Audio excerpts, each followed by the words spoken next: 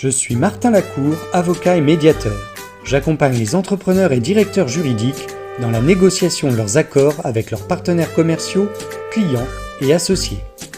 Vous suivez l'émission Samedi Live, qui a pour ambition de faciliter l'accès des entreprises aux droits et aux solutions négociées. Le concept est simple. À chaque émission, 5 minutes pour acquérir de nouveaux savoir-faire ou savoir-être grâce au conseil opérationnel d'un expert et un entretien de 30 minutes avec un acteur innovant qui répondra à toutes vos questions. Bonjour et bienvenue pour ce nouvel épisode et cette nouvelle saison de Samedi Live. J'espère que vous allez tous bien. N'hésitez pas à nous faire un petit coucou dans le chat en précisant où vous êtes actuellement. Et si vous êtes par exemple entrepreneur ou juriste, médiateur ou confrère, n'hésitez pas à nous donner l'info pour qu'on sache à qui on s'adresse aujourd'hui. Et puis, si vous êtes curieux, de toute façon, restez avec nous parce que vous allez voir, on va parler de sujets très intéressants. Alors, je vous rappelle que cette saison, l'émission va être divisée en 2 temps. Un temps d'abord court de 5 minutes pendant lequel un chroniqueur va nous donner des savoir-être ou des savoir-faire. Aujourd'hui, nous avons la chance d'accueillir Céline Bérard-Bondou. Bonjour Céline. Bonjour Martin, bonjour Véronique et bonjour à tous. Céline est donc une passionnée de développement commercial. Elle accompagne notamment tous les entrepreneurs et notamment ceux qui viennent de professions réglementées dans le développement de leur commerce, enfin de leur clientèle. Et elle est aussi très impliquée dans le réseau BNI, dont on aura peut-être l'occasion de reparler lors d'une autre émission, puisqu'elle est directeur consultant de 5 groupes et qu'elle accompagne, je crois, 2 groupes en création actuellement. C'est de la passion commerciale tout ça, Martin. Voilà. On se reparle très bientôt pour la chronique. Merci. Et j'accueille aussi Véronique Ardouin. Véronique, bonjour. Bonjour Martin, bonjour Céline, bonjour à toutes et à tous. Alors Véronique, tu es avocate et tu es aussi avocate en droit social. Oui. Et tu as la particularité d'être aussi médiatrice et praticienne de processus collaboratifs. Et tu as accepté qu'on s'entretienne avec toi pendant une demi-heure et tu répondras aussi aux questions qui seront posées dans le chat. Donc, merci beaucoup, Véronique, d'être venue aujourd'hui. Mais avec plaisir. Alors, sans plus attendre, je vais lancer la chronique de Céline qui va nous parler de LinkedIn au travers de 5 émissions, donc 5 fois 5 minutes. Vous la retrouverez dans les prochaines émissions aussi. Et elle va vous expliquer quelques astuces pour développer votre LinkedIn. Je lance les 5 minutes pratiques.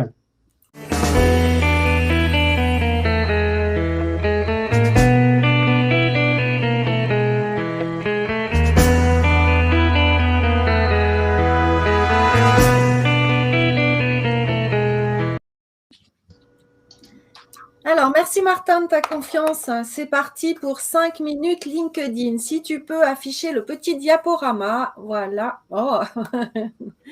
Alors, il faudrait que je l'affiche du début peut-être, ce serait mieux. Voilà, tout à fait. Voilà. Merci beaucoup. Donc aujourd'hui, c'est parti pour 5 minutes. Je vais vous parler en fait de LinkedIn, mais surtout de à quoi sert LinkedIn. Martin est mon assistant. Merci beaucoup, Martin. Donc, si tu peux aller sur la slide suivante, merci beaucoup.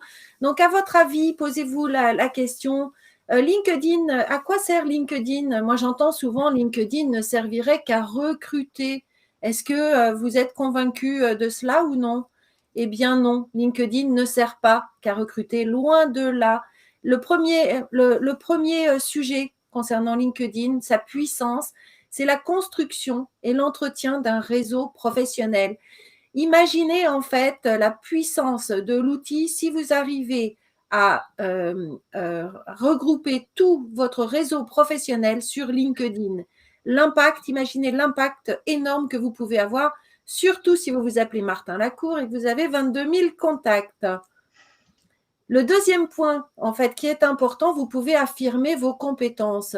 Votre entourage vous connaît, on vous connaît quand on va sur votre site, on vous connaît parce qu'on vous voit. Mais aujourd'hui, tout se joue en ligne.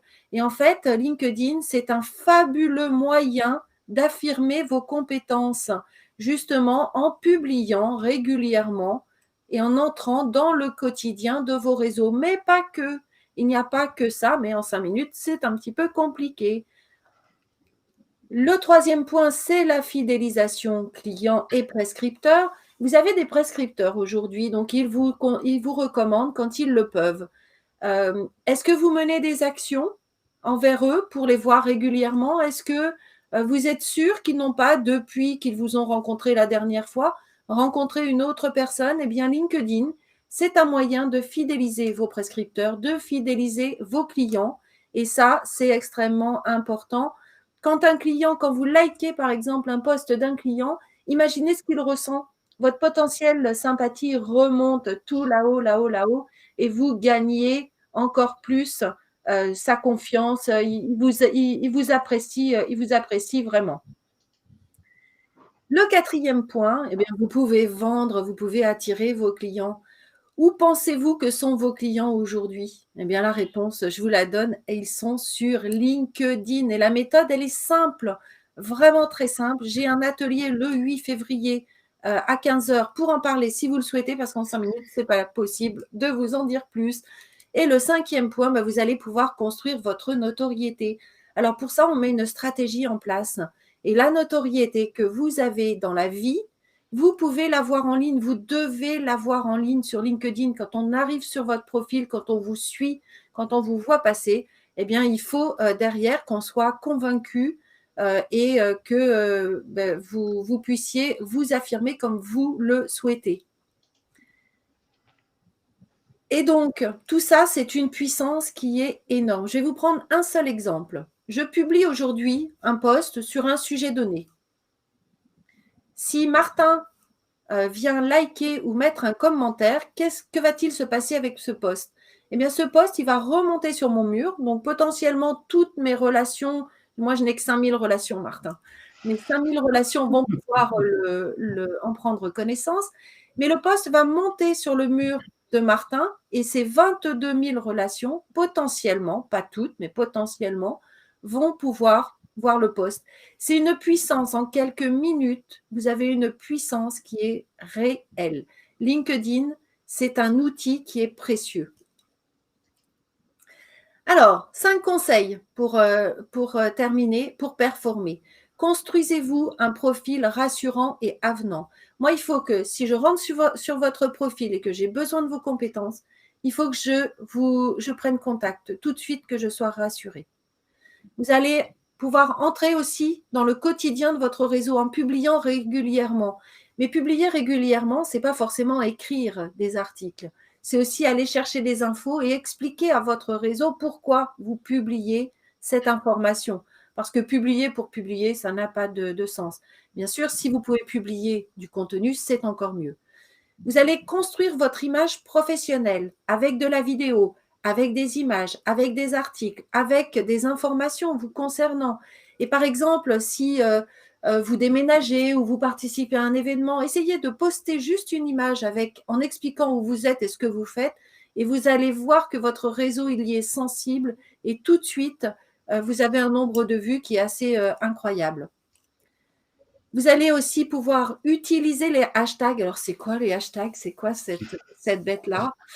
Eh bien, les hashtags, c'est très simple. Si je mets un hashtag avocat, puisque là, nous en avons 2 aujourd'hui, eh bien, il y a des personnes qui se sont inscrites sur LinkedIn pour suivre ce hashtag. Je ne sais plus combien il y a de personnes qui suivent. Il me semble que c'est plus de 20 000 personnes. Si je rattache mon post à un hashtag, ça veut dire que potentiellement toutes les personnes qui suivent ce hashtag peuvent voir mon post. Et donc, je vais encore plus prendre en puissance. Et puis, le 5e petit conseil, attachez de l'importance à la vie en ligne. Aujourd'hui, on a besoin en fait de retrouver un contact, et en fait, on peut le retrouver en ligne parce que quand vous commencez à interagir, on vous contacte en message privé, il se passe des choses, et je peux vous dire que derrière, ça vous redonne une activité sociale qu'on a un petit peu perdue, il faut le dire tout simplement, ces derniers temps. Voilà, Martin, donc 5 minutes, c'est court, mais si vous souhaitez approfondir, je suis là. Vous pouvez aller sur mon site activesync.fr ou me contacter, ou bien évidemment, et ça je vous invite à le faire, à me suivre sur LinkedIn. Merci beaucoup Céline, et à très bientôt pour une prochaine chronique toujours sur le thème de LinkedIn. Si les gens ont des questions sur LinkedIn, n'hésitez pas aussi à les poster dans le fil pour qu'on puisse éventuellement adapter les chroniques de Céline en fonction de vos interrogations. Mais je pense que ces rappels étaient à la fois utiles pour ceux qui veulent se lancer sur LinkedIn et pour ceux qui y sont déjà, mais qui n'ont pas forcément les bases ou ne maîtrisent pas encore les premiers principes à suivre. Donc, merci mille fois, Céline, pour ton intervention. Je vous propose qu'on passe… Est-ce que tu veux bien rester avec nous pour l'interview, l'entretien de Véronique? Avec grand plaisir, bien évidemment. Eh bien, c'est le moment. Je lance l'interview de Véronique. Dès que j'arrive à récupérer la main sur mon écran, parce que je suis bloqué sur l'écran partagé, ce qui n'était pas du tout prévu. Mais il faut que j'arrive à lancer l'interview, sinon je vais devoir la lancer. C'est le charme du live, Martin. Voilà, c'est les charmes des nouvelles fonctionnalités de Restream surtout. Et je suis complètement bloqué, donc je vais devoir réactiver la page pour pouvoir me débloquer, je crois. Voilà, c'est bon, j'ai réussi. Je lance l'interview. À tout de suite.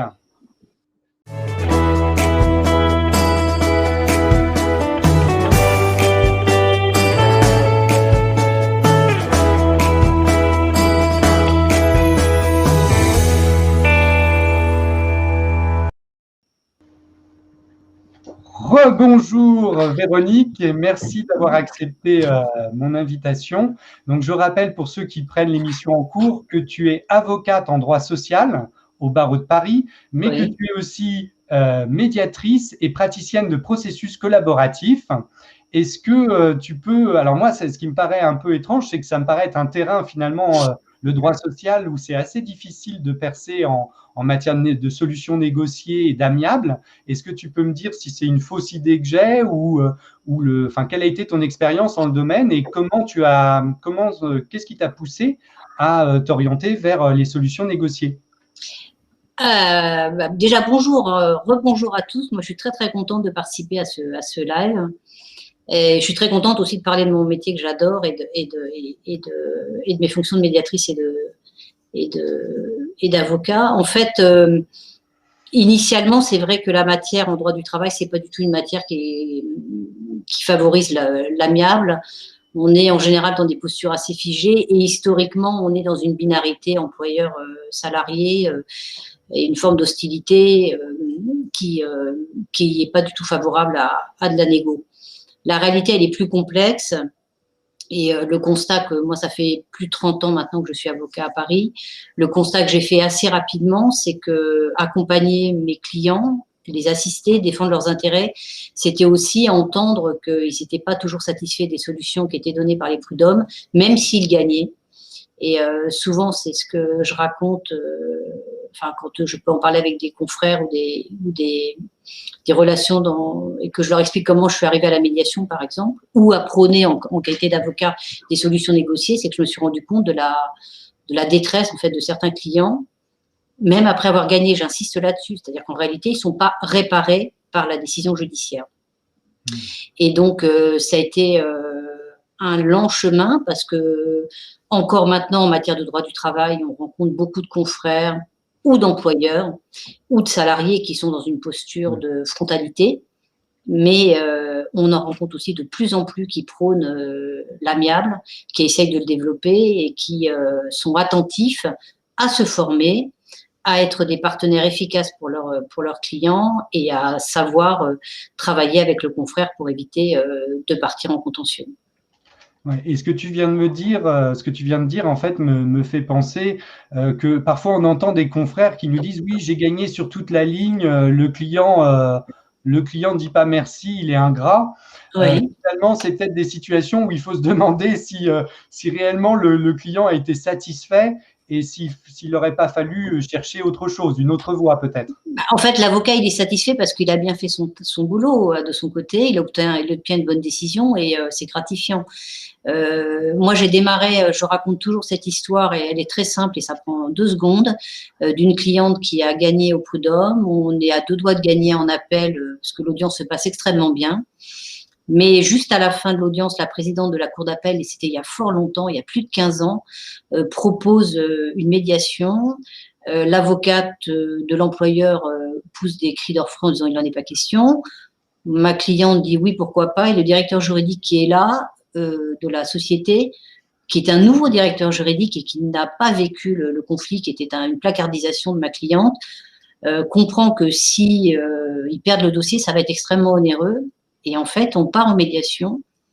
La médiation se aboutit. Et ce qui a été super, et je le dis tout le temps, et c'est vraiment pour moi, ça a été un moment extraordinaire, c'est que un des éléments de la médiation, ça a été d'organiser un pot de départ pour cette femme qui avait été, vous m'excuserez de cette trivialité, mais qui avait été virée du jour au lendemain après avoir été placardisée pendant des mois.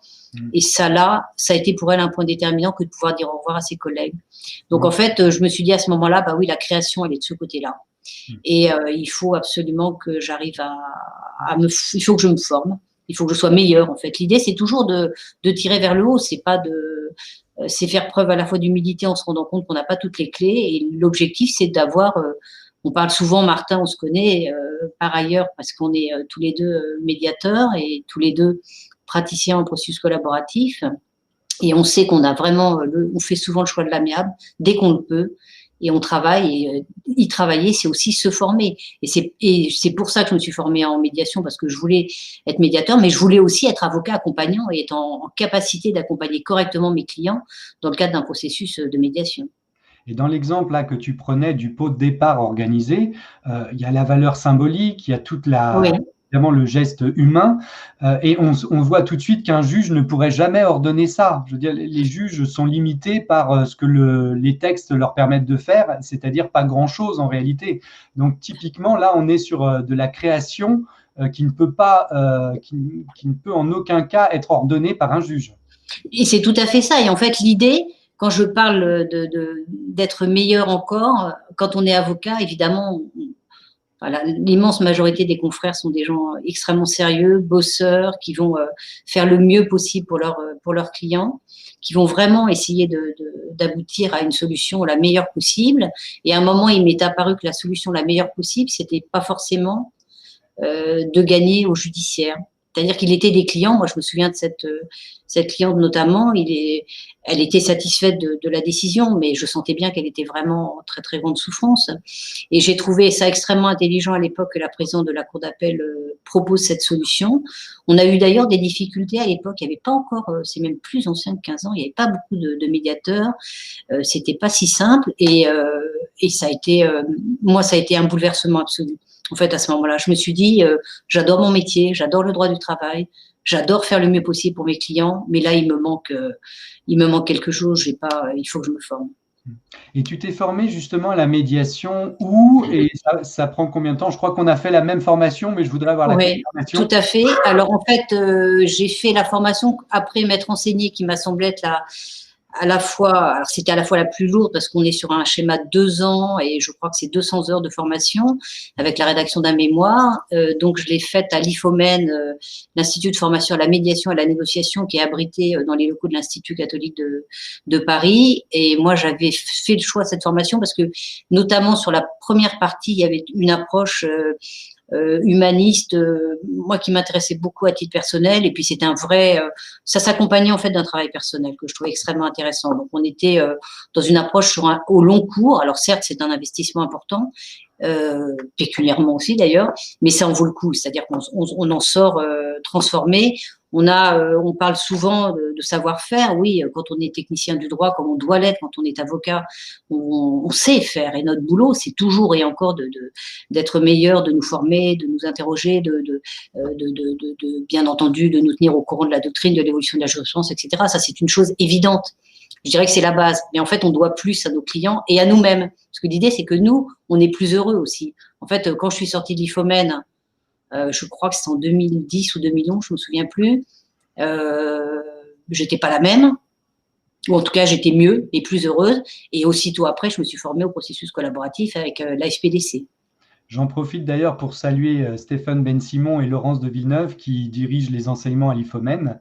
S'ils veulent venir nous faire un petit coucou ou s'ils nous regardent, qu'ils n'hésitent pas à nous faire signe. Une question, cette fois-ci, plus sur la période très difficile quand même qu'on traverse actuellement.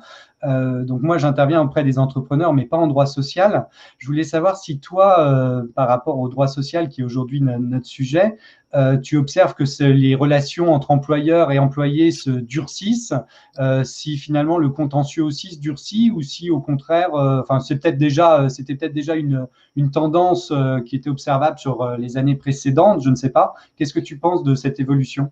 Moi, j'ai vraiment l'impression de. Alors, j'ai la chance de. Moi, j'accompagne très majoritairement des salariés. J'ai la chance de négocier, je pense, à peu près 90% de mes dossiers.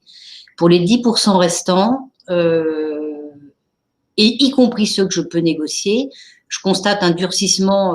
Alors, je ne sais pas si c'est le point de vue des autres confrères, mais je me faisais la remarque la dernière fois où j'étais au Prud'homme que sur l'ensemble des dossiers à la section encadrement, qui est donc la section dédiée aux cadres qui viennent en contentieux prud'homal, il n'y avait que des licenciements pour faute grave. Donc, on est quand même dans des processus un peu lourds et des ruptures assez brutales. Ça fait à peu près, moi je dirais que ça fait plus d'une année que je constate ça, avant la Covid. Pour le moment, sur la Covid, en fait, ce que l'on voit passer au cabinet, quand j'en parle avec mes confrères qui sont prud'homalistes également, ou qui interviennent en droit du travail en tout cas, ils ont un peu la même idée, c'est-à-dire que pour bon nombre d'entre eux, il y a des vraies difficultés dans certaines entreprises. Mais ceux que l'on voit, moi, les salariés que je vois arriver, ce sont des situations où, en fait, il y a quelque part un peu un effet d'aubaine quand même. Bon. Mais là, moi, je trouve que la relation s'est considérablement tendue. Je vois des gens arriver extrêmement mal et très en souffrance. Les derniers dossiers que j'ai, les gens sont très, très mal. On sait qu'il est parfois difficile, et c'est vrai en droit social, c'est vrai en droit des affaires aussi, dans les autres matières de droit des affaires, il est parfois difficile, une fois qu'un litige est né, de se mettre d'accord pour aller à la médiation ou au processus collaboratif.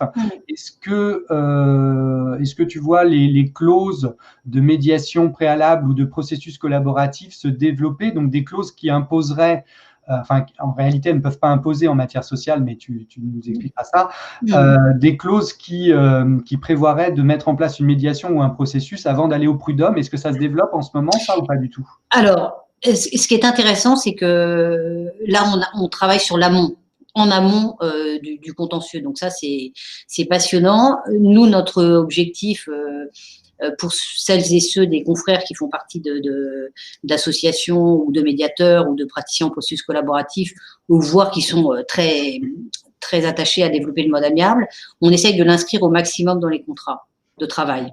Et en fait, on le fait passer maintenant. C'est-à-dire qu'en fait, les employeurs et les salariés, au moment de la signature du contrat de travail, sont OK pour signer une clause de processus collaboratif ou médiation dans l'hypothèse d'une difficulté. Et on commence à voir... moi, j'ai eu à le rédiger pour un établissement de santé pour lequel je n'interviens qu'à titre de conseil. Et je l'avais rédigé en amont. Et on a eu une petite difficulté là, qu'aurait pu s'enquister et partir vers un contentieux plus lourd avec un membre du personnel.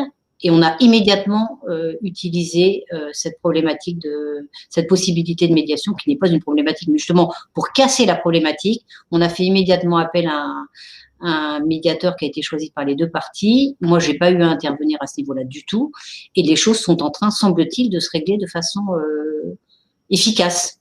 Et ils vont pouvoir ensemble trouver une solution en interne. Super. Donc j'y crois beaucoup. Je pense que c'est en réalité. En droit du travail, c'est en amont, comme partout, qu'il faut réfléchir une autre posture et qu'il faut réfléchir d'autres possibilités.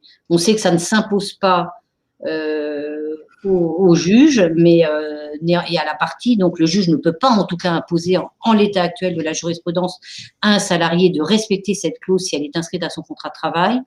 Mais je ne suis pas la seule à penser que la situation va évoluer, et on peut penser que la position de la Cour de cassation va se modifier. Et ça sera le cas aussi avec les juridictions au fond, c'est-à-dire Conseil de prud'homme et Cour d'appel, qui de toute façon, dans toutes les matières, sont appelés actuellement à réfléchir systématiquement en amont et à vérifier qu'il y a eu une tentative de règlement. Donc, on a la particularité, pardon d'être technique, mais juste une seconde en matière prud'homale, d'avoir le bureau de conciliation qui est censé faire office de tentative de conciliation. La réalité pratique, on sait qu'elle n'est pas là. Donc, l'idée, c'est qu'à terme, il va falloir effectivement prévoir une tentative de conciliation et la clause de médiation et ou de processus collaboratif est une formidable aubaine. Ouais. Et j'en profite pour dire qu'on a écrit un article tous les deux à quatre mains sur ces clauses qu'on peut notamment introduire dans un contrat de travail, mais dans tous les contrats de droit des affaires.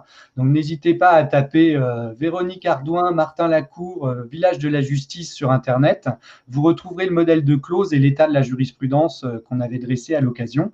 Vraiment que vous soyez entrepreneur, enfin toutes les personnes en fait qui peuvent nous regarder et qui sont susceptibles d'engager quelqu'un, d'embaucher quelqu'un et lui faire signer un contrat de travail, peuvent être intéressés par ces clauses.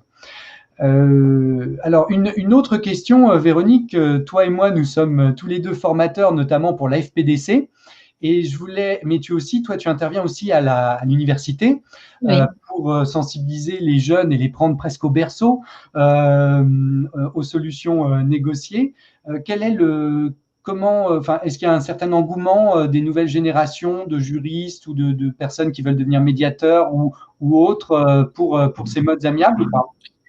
À mon avis, incontestable. Alors, d'abord, il y a quand même il y a une évolution très sensible. Alors, j'arrive à un âge un peu avancé dans la profession. J'ai quelques années de route.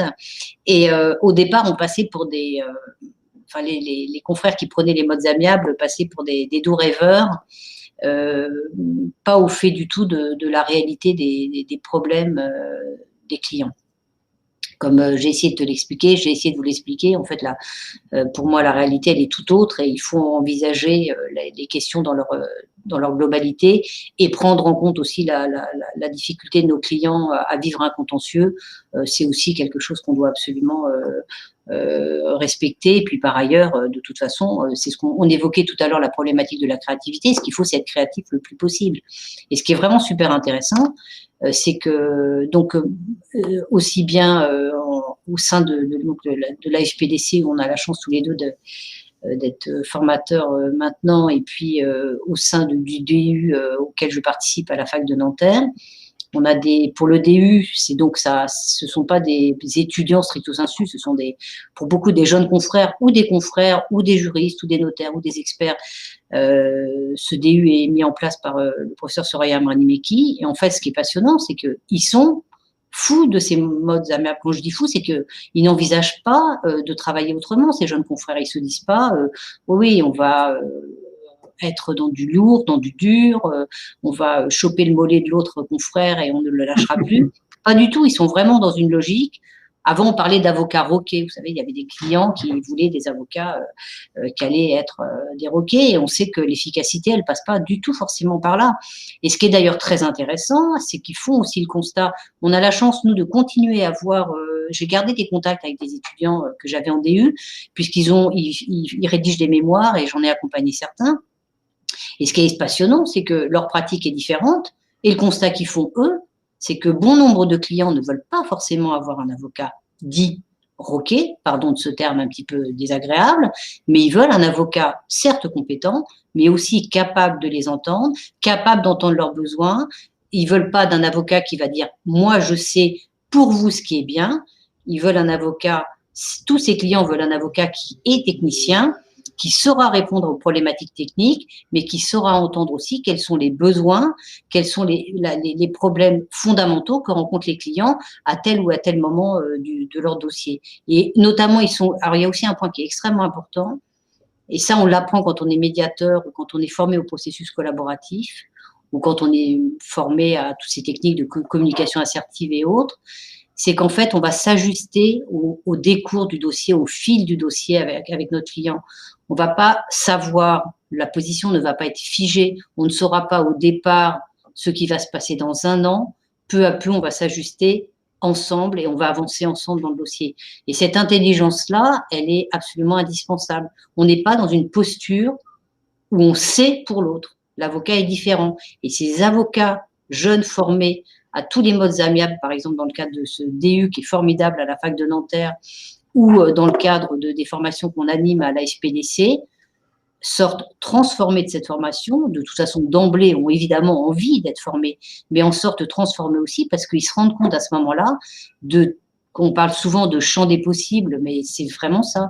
C'est-à-dire que là, il y a une foultitude de portes qui vont s'ouvrir. Les solutions négociées, pour peu qu'on y soit formé, sont à la fois beaucoup plus satisfaisantes pour les clients en général.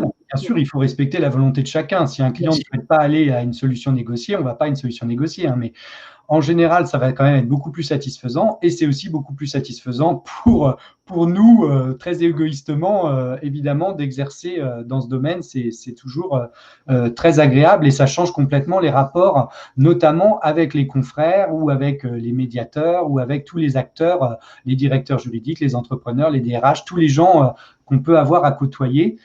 Ça va même au-delà de ça, puisqu'en réalité, ça permet aussi de changer un peu sa façon de vivre en famille. Mais bon, ça, on aura l'occasion peut-être d'y consacrer une autre émission.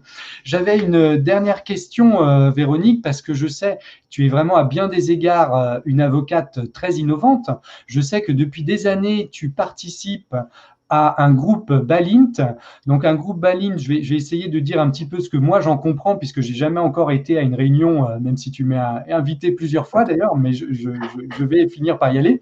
Un groupe Balint, l'idée, c'est un petit peu de se réunir entre confrères, mais on pourrait imaginer la même chose puisque à l'origine, ça a été créé par des médecins. Donc là, c'est des groupes d'avocats, mais ça pourrait être des groupes de médiateurs ou des groupes de directeurs juridiques ou de juristes ou des groupes même d'entrepreneurs, de restaurateurs qui voudraient partager leur vécu. L'idée, c'est de partager son vécu et finalement de bénéficier de l'intelligence collective et de l'impulsion collaborative du groupe, c'est ça?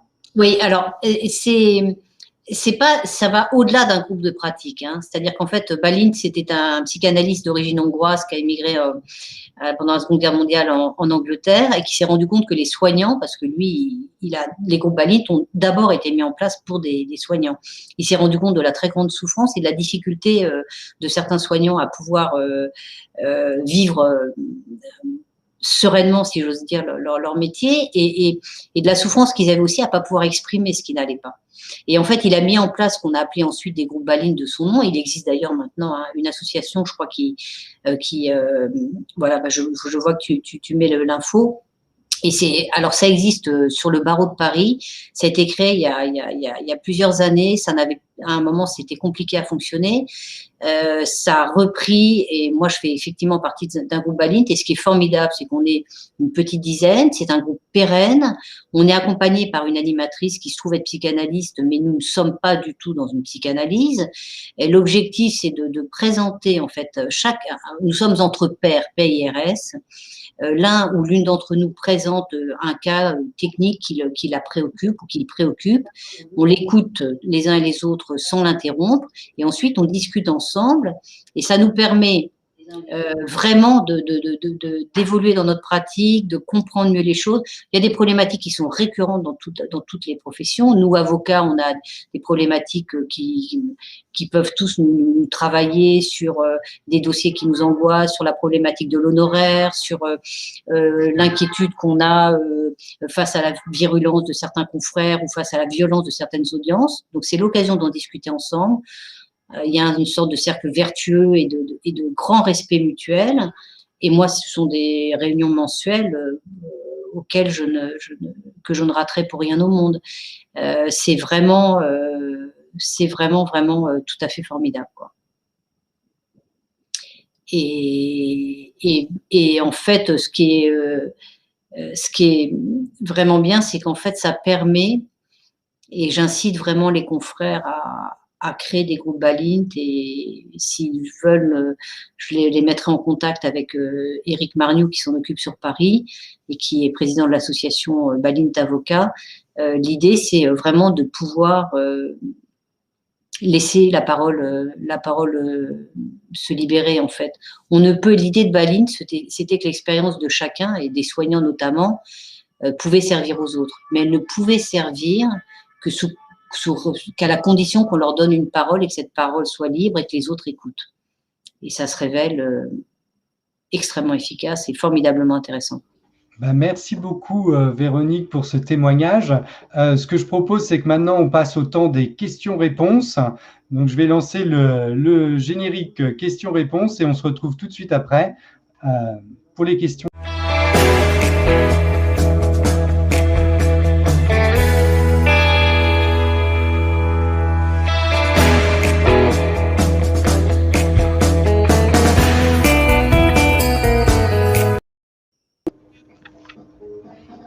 On est déjà de retour, c'est formidable. Alors, j'avais une première question qui a été posée hier, je crois, avant l'émission, concernant la distinction entre médiation et conciliation. Est-ce que tu peux y répondre, Véronique? Est-ce que tu souhaites y répondre? Oui, bien sûr. Très rapidement, tu pourrais d'ailleurs y répondre aussi bien que moi. Très rapidement, en fait, le conciliateur, historiquement, il est dans une posture, il va essayer de trouver pour les parties une solution le plus rapidement possible, une solution certes efficace, qui peut être satisfaisante. Mais la médiation, c'est une posture tout à fait différente. La posture de médiateur, c'est quelqu'un qui va faire un travail qu'on appelle un travail dit de maïeutique, c'est-à-dire qu'il va aider les parties à accoucher d'une solution, il va leur donner du temps, il va restaurer, le mot est un peu formé, il va rétablir un lien et il va essayer de faire que chacune des parties se mette d'accord sur leur désaccord. On est sur une démarche autrement plus fine, construite. C'est un véritable processus qui va suivre un certain nombre d'étapes pour arriver à une solution qui ne va pas être une solution que l'on trouve en conciliation extrêmement tranchée où l'un veut 25, l'autre 75 et on aboutira peut-être à 50. Ouais. Je ne veux pas faire de l'anti-conciliation primaire, ça peut être très bien. La médiation, c'est un processus qui est beaucoup plus fin et subtil et riche. Oui, c'est quand même assez différent et malheureusement dans les termes souvent on emploie l'un pour l'autre, donc il faut quand même vérifier en fait de quoi on parle. Si vous avez vécu une conciliation, ça ne veut pas dire que ça se passerait de la même façon dans une médiation. De toute façon, chaque médiation aussi est unique, mais il faut quand même arriver à peut-être distinguer les deux. On avait une autre question. Alors, attends, j'essaie de… D'ailleurs, juste Martin, et en fait, il y a un point qui est vraiment important, c'est qu'il y a une sorte de confusion qui s'est malheureusement installée depuis des années entre toutes les formes de règlement plus ou moins amiables, et on mélange l'arbitrage, la conciliation, la médiation, éventuellement le processus collaboratif. Donc ça, c'est un vrai souci. Et alors, je t'invite, mais j'imagine que tu as déjà ça en tête, un jour ou l'autre à remettre tout ça d'équerre et que chacun sache dans quel chemin il est quand il s'engage dans une médiation, quand il est dans une conciliation, un arbitrage et autres. On n'est pas du tout dans les mêmes schémas. Oui, il faudra qu'on consacre une émission entière à la question parce que c'est vrai que pour les personnes qui ne connaissent pas, ça peut être un peu confusant. Mais pour être simple, à mon sens, les deux seuls modes amiables qui permettent de favoriser une véritable autonomie et responsabilisation de la personne, du client, en l'aidant, en l'accompagnant et grâce à des outils, en lui permettant de développer sa propre solution, ce sont soit la médiation, soit le processus collaboratif. Tout ce qui existe autour, c'est d'autres outils, mais ce n'est pas des outils qui favorisent en réalité l'autonomie des parties. Voilà, pour faire simple, on va dire. Mais on aura l'occasion d'en reparler. Il y a quelqu'un qui demandait ce qu'est le processus collaboratif, donc je pense que tu as déjà répondu amplement à la question, mais là encore, on aura peut-être l'occasion de revenir lors d'une prochaine émission sur cette question.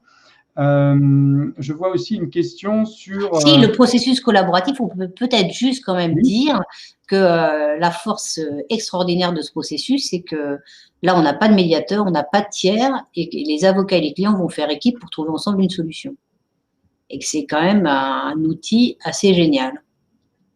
D'accord. Ah oui, je vois qu'en effet, il y a un lien concernant la Balint qui est apparu. Ouais. C'est pas moi qui l'ai posté, mais il y a quelqu'un qui l'a posté, donc je vais le faire apparaître. Ah oui, je vois, c'est super. Voilà, alors je suis pas sûr, je pense qu'il est trop long pour que les gens le voient en entier. Mais voilà, il y a quelqu'un en effet qui a posté un lien sur cette question. Mais sinon, il y a des médiateurs aussi qui nous suivent, donc n'hésitez pas si vous avez des questions. Je vois une question qui arrive de Benjamin. comment, alors qu'est-ce qu'il nous dit, Benjamin? Il nous dit comment convaincre un employeur d'envisager une médiation? Alors j'allais dire, il n'y a pas de solution unique, hein. Comment convaincre un employeur d'envisager une médiation? C'est toujours que, de toute façon, un salarié qui est licencié, c'est jamais neutre pour la société. C'est-à-dire qu'en fait, quoi qu'on pense, et même si on se dit on s'en fiche, on aura la solution au prud'homme dans 2 ans, 3 ans, 4 ans, 5 ans, en réalité, il y a toujours une trace, et une sale trace qui est laissée dans la société quand quelqu'un est licencié. La médiation, c'est vraiment sortir par le haut d'un conflit. L'idée, quand on fait du mode amiable, a fortiori en droit du travail, c'est pas du tout de penser que tout le monde doit rester ensemble ad vitam aeternam. La rupture, elle peut se vivre. L'idée, c'est qu'on la vive autrement et qu'on donne aussi une image différente de la société qui est amenée à se séparer d'un salarié ou d'une salariée. Donc là, l'idée, c'est de sortir par le haut, d'être sur un conflit qu'on va jouer à la loyale et de faire le choix aussi d'être acteur de la solution que l'on va trouver à ce litige. Tu parlais tout à l'heure du processus collaboratif, oui, toujours et encore, de la médiation, oui, toujours et encore. Pourquoi? Parce que ce sont les seuls modes qui permettent aux salariés et à l'employeur de trouver ensemble une solution à leur litige, plutôt que de demander au Conseil du prud'homme d'aller le trancher, solution qui ne sera jamais favorable, ni pour l'un ni pour l'autre, tout à fait. Et par ailleurs, et encore, tout à l'heure, Céline nous parlait des réseaux sociaux, de LinkedIn et autres. On peut penser que les sociétés actuellement ont tout intérêt à avoir une image sociale de bonne qualité parce que ça se sait. Et quelqu'un qui est licencié de mauvaise façon avec des prud'hommes à la clé, n'oubliez pas, les prud'hommes, c'est rendu tout à fait officiel par tout le monde. Il y a des bulletins d'audience, il y a des rôles, les décisions peuvent être récupérées. Maintenant, il y a une foultitude de sites où les décisions sont mises en ligne.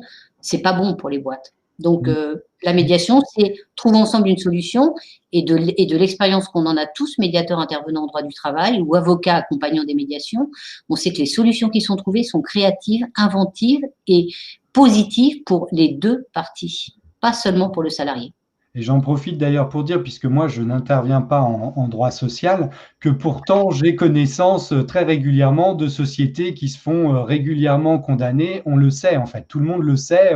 En tout cas, dans notre milieu, on sait quelles sociétés se font systématiquement condamner au prud'homme, même quand on n'intervient pas en matière sociale. Donc, c'est clairement l'enjeu de réputation est très important et ça relève de la politique RSE sans doute. Oui, tout à fait. Ouais. On a une autre question qui concerne le médi-arbitrage.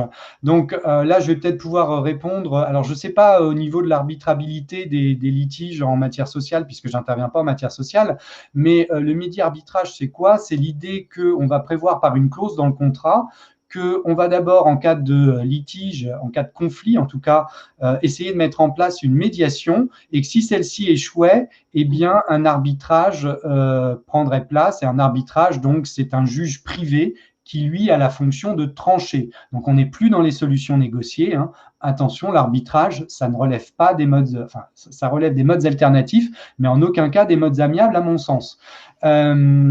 L'idée, c'est notamment les centres comme le CMAP ou comme la CCI qui peuvent proposer les deux.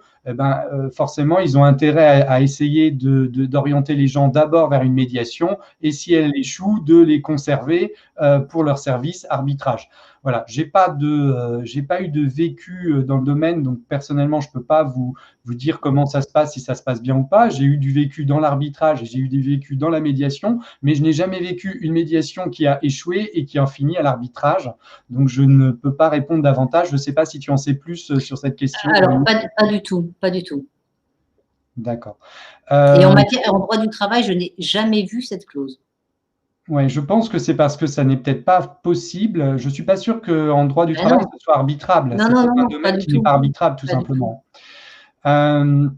Bonjour, j'ai une activité dominante en droit du travail et formée au processus collaboratif. Je me retrouve bien souvent face à des confrères qui négocient à l'ancienne.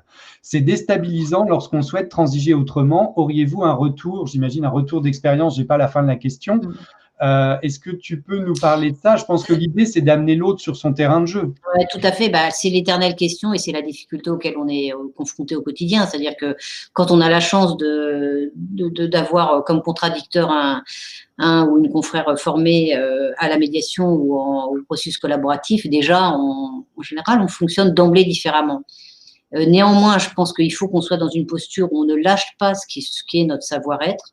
C'est-à-dire qu'on va rester clean, loyal. Je pense que c'est tout à fait déterminant pour nous déjà être en accord avec ce que l'on est fondamentalement.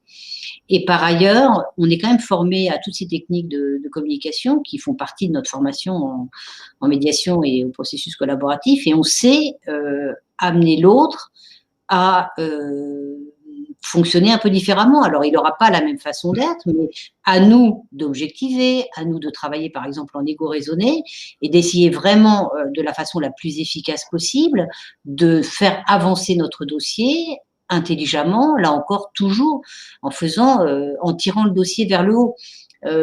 Moi, j'ai l'expérience et je pense qu'on est plein de confrères à l'avoir. C'est pas quelque chose qui est unique, hein, pour avoir échangé avec des confrères prud'homalistes. On est plein de confrères à être d'abord dans des postures, à rencontrer nos contradicteurs qui sont dans des postures hyper hostiles au départ sur un dossier. Et si on a la chance après de continuer à travailler avec eux, ils vont peu à peu trouver à se modifier. Pas tous, mais certains quand même, et heureusement, voire même, ça arrive, ils vont se former en médiation ou collaboratif. Parce qu'ils vont se dire, bah ouais, finalement, je peux peut-être bosser mieux. Moi, j'en ai qui étaient à la vieille technique où ils me raccrochaient au nez, au téléphone, sans même me dire au revoir. C'est vrai que c'est un peu agaçant, mais on continue à avancer. On est obligé, on n'a pas le choix, et à nous de les convaincre. En fait, il faut toujours et encore être sûr, avoir foi dans la façon dont on travaille et faire passer le message. Et j'y crois.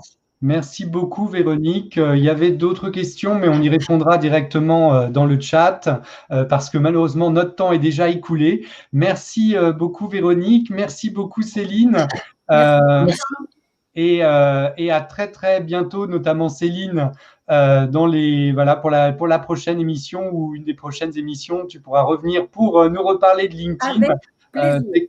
Tes conseils sont très précieux et merci Véronique pour ton retour d'expérience qui doit donner envie à toutes les personnes qui connaissent un petit peu ce domaine des solutions négociées de s'inspirer de ton expérience. Et moi, je vais suivre la formation de Céline parce que vous avez je ne sais combien de milliers de contacts, mais moi, j'en ai péniblement 300 et quelques, donc j'ai beaucoup de travail de ce côté-là encore.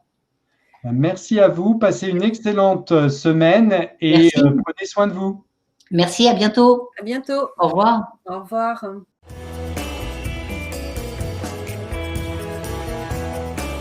Samedi Live a pour ambition de vous informer sur les innovations facilitant l'accès au droit et aux solutions négociées. Si vous souhaitez en savoir plus ou avez envie d'être accompagné, n'hésitez pas à me contacter ou à prendre un rendez-vous directement sur le site de mon cabinet. Si vous avez aimé cette émission et souhaitez soutenir cette initiative, merci de liker, partager et commenter sur tous vos réseaux sociaux. Et n'hésitez pas à en parler autour de vous. Retrouvez également tous les bonus de l'émission sur mon compte Instagram @maître Lacour.